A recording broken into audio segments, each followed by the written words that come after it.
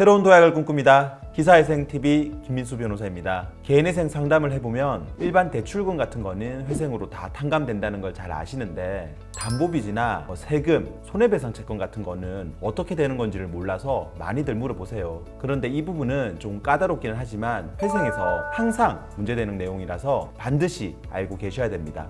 이 담보빚을 별채권부 채권이라고 이제 부르고 세금이나 임금, 또 손해배상 채권 같은 거를 비면책 채권이라고 하는데요. 이런 특수한 채권들은 회생에서 어떻게 처리하면 되는지 남겨주신 댓글에 답변 드리는 형식으로 자세히 설명드리도록 하겠습니다. 회생 진행을 하거나 또는 지금 알아보고 계시는 분들은 오늘 내용 꼭 기억하시기 바랍니다.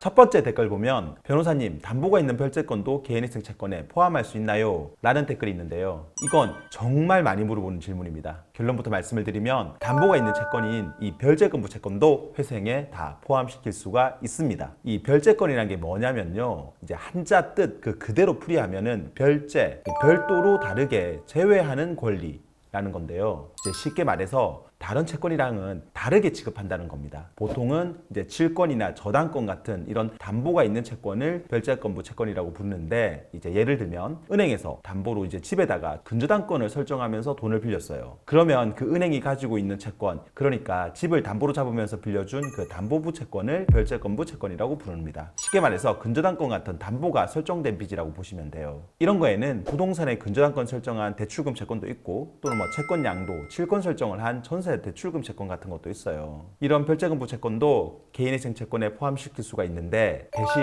회생을 통해서 빚을 갚는 방식이 다른 일반 채권하고는 좀 다릅니다. 별채권부 채권자는 담보 잡은 집이나 보증금 같은 그런 담보물에서 다른 채권자들보다 먼저 돈을 받아가는 걸로 회생 계획안을 짜거든요. 그러니까 이 채권은 채무자가 회생을 하더라도 자기가 설정한 그 담보물 가치 내에서는 남들보다 먼저 빚을 해소해 가는 겁니다. 그러고도 못 받는 돈이 있으면 다른 일반 채권자들과 마찬가지로 회생 절차에서 일부 배당을 받고 나머지 돈은 남들처럼 다 탕감이 되는 거죠. 그러니까 회생 신청하는 입장에서는 이런 채권도 회생에 다 넣어야 나중에 별채권부 채권자가 부동산 같은 담보물 경매에서 못 받는 돈이 생겨도 그 빚도 다 탕감이 되기 때문에 무조건 회생 채권에 넣어야 되는 겁니다. 두 번째 댓글은 손해배상 채권 관련된 내용인데요. 채무자의 고의나 과실로 인한 손해배상 채권을 채권자 목록에 넣고 회생을 신청했는데 그 손해배상 채권자가 대응을 안 하면 어떻게 되는지요? 면책 채권에 포함되는지요? 라고 질문을 주셨어요.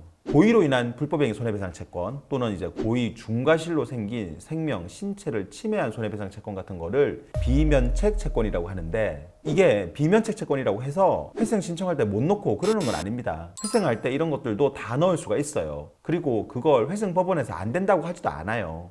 이걸 채권자가 내 거는 비면책 채권이니까 면책시켜주면 안 됩니다 라고 이의 제기를 하면 문제가 되고, 이의 제기를 안 하면 그냥 넘어가고 그러는 것도 아니에요. 사람들이 많이 헷갈려 하는데, 회생법원은 그냥 전체 빚에 대한 면책 여부만 결정을 하지 특정 채권을 가지고 그게 면책이 된다 안 된다를 구분해 가지고 판단해 주지는 않습니다. 이거는 나중에 회생 인가를 받고 났는데도 채권자가 내 채권은 비면책이니까 돈 받아야 되겠다 이렇게 별도 소송을 제기하면 그때 가서 그 채권이 면책되는지 아닌지를 그 소송에서 따지게 되는 겁니다. 그러니까 일단 채무자 입장에서는 비면책이든 아니든 상관없이 무조건 다 회생에 넣고 진행을 하면 되는 겁니다. 그리고 채권자가 이의 제기하더라도 그거 면책 여부와 상관이 없다고 답변을 하면 회생 인가 받는 것 자체에는 아무런 문제가 없습니다. 비면책 채권 관련해 가지고 이걸 미리 갚아도 되는지 물어보신 분도 있어요. 댓글 소개드리면 회생 신청 전에 비면책 채권을 납부하는 것도 안 되는지요? 라고 남기신 내용이 있는데요. 결론부터 말씀을 드리면 비면책 채권은 회생 들어가기 전에 갚아도 괜찮습니다. 그런데 이 질문을 왜 하는지 그 이유를 먼저 아셔야 돼요. 회생에서는 특정 채권자한테만 빚을 갚아버리는 걸 편파 변제라고 해서 그러면 안 되게 되어 있어요. 그런데 만약에 이런 걸 하면 회생위원이 그 문제되는 부분만큼을 청산가치를 올리라는 방식으로 해결을 합니다. 하지만 비면책 채권 갚는 거는 괜찮아요. 이거는 좀 전에 말한 세금이나 직원들 임금, 퇴직금 못 준 거, 또 아니면 손해배상 채권 같은 거를 말하는데, 이거는 갚는다고 해서 법원에서 뭐라고 안 한다는 겁니다. 임금 같은 경우는 오히려 다 갚고 회생 도로라고 하거나, 아니면은 회생과 별도로 갚으라고 합니다. 세금 못 낸 거 같은 것도 너무 많으면 오히려 변제금이나 기간이 늘어나기 때문에 어느 정도 줄여놓고 신청을 들어가는 게 채무자한테 유리해요. 그러니까 만약에 회생 신청 전에 여윳돈이 있으면 그 돈 가지고 세금, 직원 임금 밀린 거 이런 거 갚는 거는 오히려 추천드리는 부분입니다. 이렇게 하면은 비면책 채권이랑 청산 가치가 모두 다 줄어들기 때문에 변제금을 낮추는 또 다른 방법이라는 점 꼭 기억하시기 바랍니다.